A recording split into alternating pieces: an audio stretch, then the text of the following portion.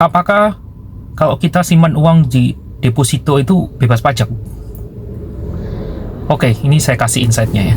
Jadi, untuk menyimpan dana kita di deposito di semua bank, itu kita kena pajak. Namanya PPh final. PPh final ini kalau nggak saya salah ingat pasalnya ya, PPh pasal 4 ayat 2. Itu tarifnya untuk bunga deposito itu 20%. Ya.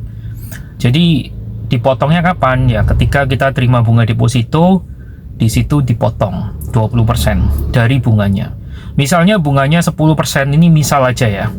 Bunganya 10%, maka Anda bersihnya hanya terima 8%. Nah, ini juga satu hal yang harus diketahui oleh para deposan, oleh para nasabah bank, baik bank umum ataupun bank BPR adalah ketika kita dipotong pajak 20%, apakah Anda bisa melaporkannya di SPT Anda?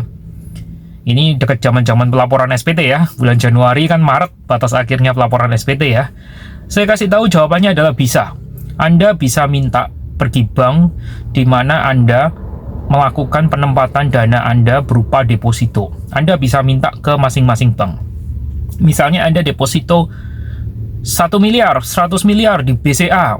Anda bisa minta ke BCA, keluarin dong bukti potong pajak saya. Saya mau lampirkan ini di SPT yang menunjukkan kalau selain penghasilan saya yang lain-lain itu, saya juga sudah dipotong pajak dari BCA atas penempatan dana deposito saya sekian besarnya sekian ratus juta. Nah, gimana cara dapatin bukti potong pajaknya? Gampang, Anda cukup menyertakan NPWP Anda. Bisa kok, karena sekarang semua bank itu sudah open masalah tax ya. Jadi selain kita memang harus melakukan kewajiban kita sebagai wajib pajak untuk melaporkan bunga deposito kita juga bisa minta buktinya ke BCA kalau dia sudah memotong pajak dari bunga deposito yang kita terima. Ingat, pajaknya ini dari bunga deposito. Jadi jangan berpikir kalau pajak deposito itu dari nominal pokoknya, bukan ya. Pajak bunga deposito dari bunga deposito yang kita terima.